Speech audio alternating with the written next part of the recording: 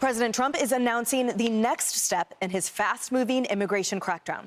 The president says he's ordering the Pentagon to prepare Guantanamo Bay to hold dangerous illegal migrants. We have 30,000 beds in Guantanamo to detain the worst criminal illegal aliens threatening the American people. Some of them are so bad we don't even trust the countries to hold them because we don't want them coming back. So we're going to send them out to Guantanamo. That's a tough place to get out of.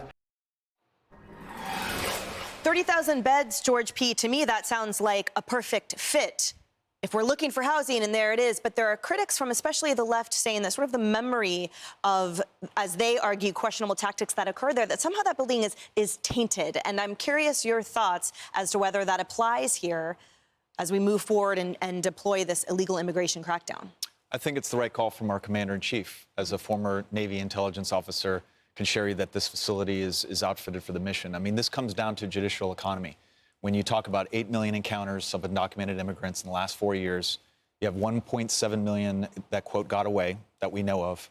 And then, according to Biden's own Department of Homeland Security, over 600,000 are criminals in some way. So, you know, my successor, Don Buckingham, the Land Commissioner of Texas, has offered President Trump acreage to assist this. There's just simply not enough federal facilities right now on the ground in states like Texas to temporarily facilitate the reverse migration that will occur. So this is very shrewd. This is a very clever move. I think Gitmo is a perfect location, and it's already been described as being a transit facility to move migrants back to these to the countries of origin, while we resurrect the executive orders that help to secure our border, which we desperately need in a state like Texas. And Kayleigh, last time I checked, Gitmo actually gives 3 square meals a day, and people who stay there enjoy probably a lot better treatment than a lot of people do, like homeless vets here on the street and the like. So the arguments we read, especially in briefs coming out of those people, apparently it's not 5 stars.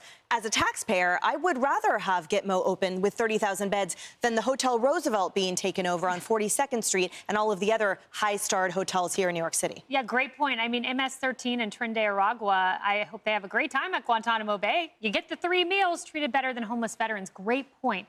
And, you know, I just want to quickly focus on the shameful legacy of Guantanamo Bay from the left. Trump closed an office to reduce the prisoners at Guantanamo Bay, which we know most were hardened terrorists. Biden reopened it. He sent people from Guantanamo to other countries. He has a shameful plea deal on his watch with Khalid Sheikh Mohammed, the architect of 9/11. Lloyd Austin found out about it and said it happened under the radar, I'm paraphrasing him, and tried to reverse it, despite this being publicly negotiated for 2 years. So this is the shameful history of Guantanamo Bay, where we give leeway to terrorists. So let's bring it back to life and put people like the killer of Laken Riley in this place, or individuals, and there are far too many of them, that are like him. Sounds like a great idea to me. Well, and I'll just also note there's nothing unprecedented or unusual about sending illegal migrants to Guantanamo Bay. There's always been an operational migrant operations center in the prison, and it's a separate area than the place where the terrorists are held, obviously. Trump is just trying to make sure that it's operating at full capacity again. And actually, under the Clinton administration sent 45,000 illegal immigrants to Guantanamo Bay to be detained for the purpose of deportation. So there's nothing new about it. There's nothing cruel about it. This is simply what the federal government has to do. Well, in that Venn diagram, Leslie, there's actually many on the terror watch list that are also illegal immigrants pouring over. So I argue keep them in that same wing.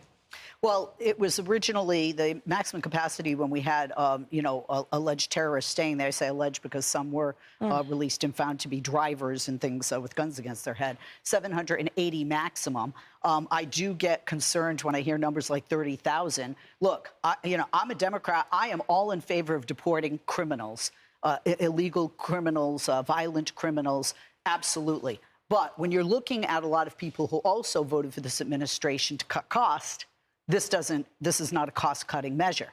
A lot of people would and don't feel that mass deportation meant to, a facility, a Gitmo at Americans, expense. I think a lot of people felt send them back to their own country and let their country incarcerate them there so we don't have to pay for it.